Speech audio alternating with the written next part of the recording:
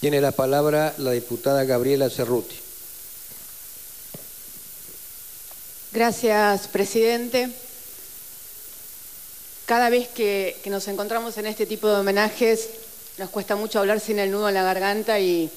me enorgullece que muchas de las que hayan hablado hasta ahora sean mis colegas mujeres a las que se les nota tanto ese nudo en la garganta cuando tenemos que hablar de estos temas y no nos preocupamos por disimularlo. La verdad es que además de hacer mío cada una de las palabras de lo que han dicho los diputados y las diputadas hasta este momento, no quería dejar de mencionar, porque tengo muy presente el recuerdo de cuando fueron los 30 años, el aniversario de los 30 años, y estaba mirando una noche el noticiero y le habían hecho una entrevista de esas hermosas, minuciosas, de historia personal y de vida a Pepa, precisamente por el aniversario de cuando habían comenzado las madres. Y cuando termina ese reportaje tan maravilloso y vuelve la cámara al estudio y al noticiero, la periodista dice, bueno, y ahora volvamos a la realidad. Y la verdad que me pareció tan fuerte, tan contundente, que suelo citarlo muchas veces frente a los alumnos cuando hablamos de estos temas, de cómo se puede correr el riesgo de transformar en efeméride y en emoción lo que es en realidad el trabajo de la memoria y lo que tiene que ser una memoria de recordar para el futuro, de recordar desde el presente y para el futuro, y para no caer en la trampa de convertir a quienes son, con esas caras viejas y arrugadas, la gran esperanza de este país, porque es la gran esperanza de que sigamos siendo una sociedad humana, una sociedad libertaria, una sociedad que aún en la peor de las noches y aún en las peor de las tragedias es capaz de pararse desde el lugar supuestamente más débil o más fuerte, que es el de la mujer y el de la madre, y decir no, así no, yo tengo otra cosa para decir, y salir desde allí a pelear. La verdad es que ojalá fuéramos todos en este país herederos de las madres de Plaza de Mayo. No lo somos. No somos todos herederos de Videla de Macera, pero tampoco somos todos herederos de las madres de Plaza de Mayo. Somos hijas e hijos de una sociedad donde fue posible un genocidio.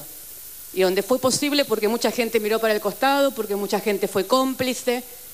porque mucha gente lucró con el genocidio, porque mucha gente escondida desde los bancos y desde las empresas y vestida de civil, o desde los diarios o desde los medios de comunicación, permitieron, impulsaron, apoyaron y promovieron el genocidio. Y cada generación es hija de los pecados de sus ancestros y también de sus bendiciones, y nosotros somos hijos de la bendición de que esta sociedad sobrevivió y el mundo siguió rodando, porque algunas, como las madres de Plaza de Mayo, salieron a la calle. Y somos también hijos de que todavía falta discutir mucho sobre qué hizo el resto de la sociedad. Porque la memoria no nos iguala, porque la memoria no borra lo que cada uno hizo en ese momento. Porque la memoria no borra que por más que hoy sea políticamente correcto y todos hablen de derechos humanos y todos homenajeen a las madres y a las abuelas, algunos fueron socios de la dictadura, algunos empresarios que hoy hacen política fueron socios y se enriquecieron durante la dictadura militar, que algunos empresarios que hoy hacen política fueron socios de José Alfredo Martínez de Hoz, que por suerte va a volver a ser enjuiciado y ojalá por suerte vuelva a estar en prisión. Y me parece que ese trabajo de la memoria, que ese diálogo entre generaciones, no para continuar en un presente continuo, pero sí para entender que a un genocidio se llega dando pequeños pasos, que a un genocidio se llega cuando una sociedad empieza a claudicar en sus valores, que a un genocidio se llega con la teoría de cruzaremos el puente cuando lleguemos a él y mientras tanto todo vale. Y que el trabajo de la memoria consiste en tratar de entender cuál fue el Estado, cuál fue la sociedad, cuáles fueron los ciudadanos y las ciudadanas, los medios de comunicación y los empresarios que hicieron posible que eso sucediera. La verdad es que yo creo, como dijo la diputada Gabriela Alegre, que hemos avanzado tantísimo en tantos terrenos y que por suerte hoy es una verdad del Estado y dicha con la voz fuerte y contundente del Estado, que en este país hubo un genocidio y que todos buscamos la verdad, la justicia y la memoria. Y la verdad es que se ha dicho casi todo lo que quería decir y lo comparto y las abrazo a las madres del corazón. Y si hay algo que me da alguna nueva esperanza y nueva ilusión en este camino, es que además de esas caras viejas, de las abuelas y de las madres, que eran para mí casi la imagen de la esperanza de esta sociedad, este 24 de marzo descubrí otra, además del reencuentro y de la plaza y del camino y de las marchas, y es ver el cuaderno de mi hijito de 6 años cuando volvió del colegio,